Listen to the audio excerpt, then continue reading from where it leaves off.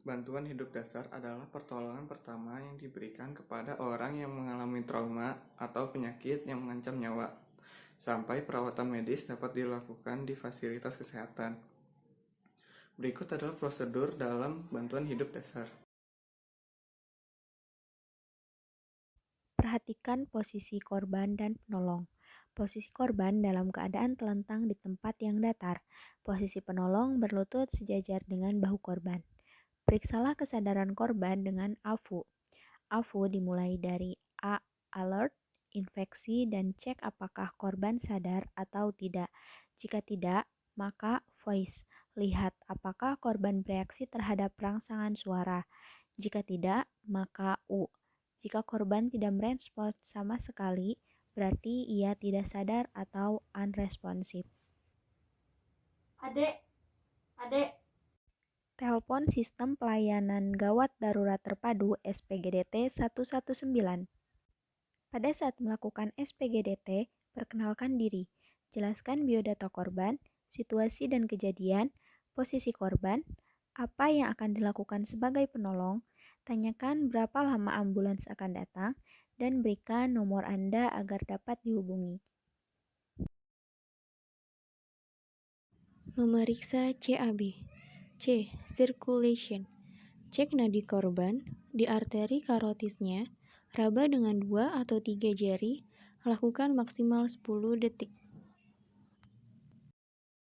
Jika nadi tidak teraba, langsung lakukan resusitasi jantung paru. Jika korban tidak ada tanda cedera servikal, seperti memar pada leher, maka lakukan head, lead, chin lift, and open mouth. Dongakkan kepala korban dan tarik bagian dagu sehingga mulut terbuka. Jika terdapat tanda-tanda cedera servikal, maka lakukan jaw thrust agar cedera servikal korban tidak bertambah parah. Letakkan jari kelingking di ujung mandibula korban dan ketiga jarinya di garis rahang korban.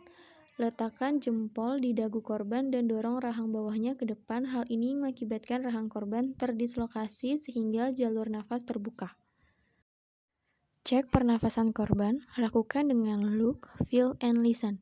Lihat apakah dada korban mengembang, rasakan apakah korban menghembuskan udara, dan dengar apakah korban bernafas atau tidak.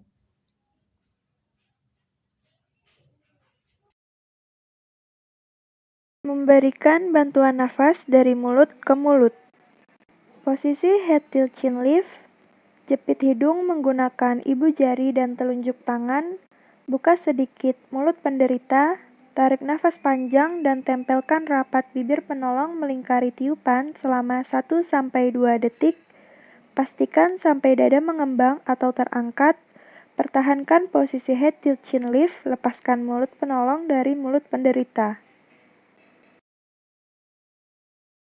Memberikan bantuan sirkulasi. Dengan cara jari telunjuk dan jari tengah penolong menelusuri tulang iga kanan atau kiri sehingga bertemu di tulang dada. Dari pertemuan tulang iga diukur kurang lebih 2 atau 3 jari ke atas. Daerah ini adalah tempat untuk meletakkan tangan penolong dalam memberikan bantuan sirkulasi. Ini adalah posisi tangan untuk melakukan RJP atau resusitasi jantung paru. Letakkan kedua tangan pada posisi nadi dengan cara menepuk satu telapak tangan di atas telapak tangan yang lainnya. Hindari jari-jari tangan menyentuh dinding dada korban atau pasien. Jari-jari tangan dapat diluruskan atau menyilang. Dengan posisi badan tegak lurus, penolong menekan dinding dada korban dengan tenaga dari berat badannya secara teratur sebanyak 30 kali dengan 15 detik 30 kali kompresi dengan kedalaman menekan berkisar antara 1,5 sampai 2 inci. Push fast 100 sampai 120 kali per menit. Push hard dengan kedalaman 5 sampai 6 cm. Complete recoil yaitu dengan membiarkan dada mengembang sepenuhnya sebelum melakukan kompresi selanjutnya. Dan minimal interruption. Lakukan kompresi dada secara kontinu tanpa disrupsi. Setelah melakukan kompresi, berikan rescue breathing sebanyak 2 kali dengan melakukan head tilt chin lift, menutup hidung korban, menghembuskan udara perlahan ke mulut korban, sembari melihat apakah dada korban mengembang atau tidak. Kompresi dada dilakukan sebanyak 5 kali siklus. Satu siklus terdiri dari 30 kali kompresi dan 2 kali rescue breathing atau bantuan napas. Jika pasien tidak tersadar atau nadi masih tidak teraba, lakukan kembali 5 siklus. Kegawat daruratan dapat mengancam nyawa korban. Dengan memberikan bantuan hidup dasar, diharapkan korban dapat bertahan hidup hingga mendapatkan perawatan yang memadai. Oleh karena itu, setiap orang harus bisa memberikan bantuan hidup dasar, karena dapat sangat membantu untuk kelangsungan hidup orang lain.